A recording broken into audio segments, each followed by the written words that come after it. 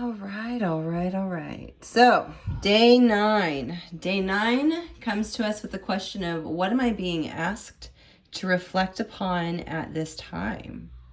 And I drew the 10 of Swords in reverse.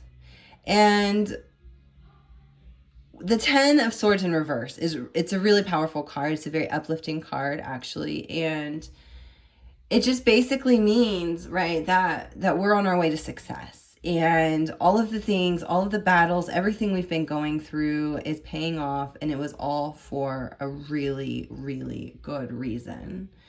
And we're overcoming all of those reasons. We're overcoming those obstacles. We're rising above the nonstop poke and jab and abuse from each of the blades that tried to pin us down.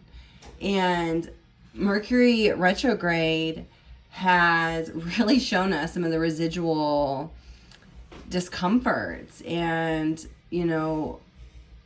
situations from the blades that have continued to come at us nonstop and trying to stop us from reaching our sovereignty, the very power that we hold in each one of us.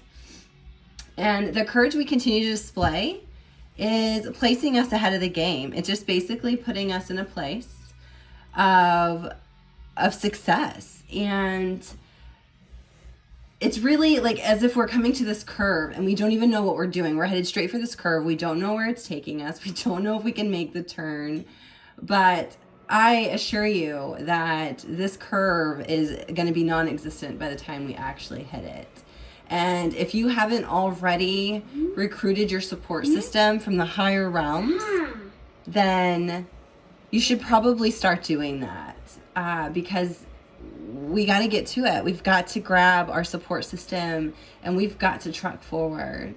And we are so mighty individually. But really, when it comes down to our support systems, man, the power and the support and the vibrations, together the darkness has zero chance with us. And with our army of light, there's no stopping us.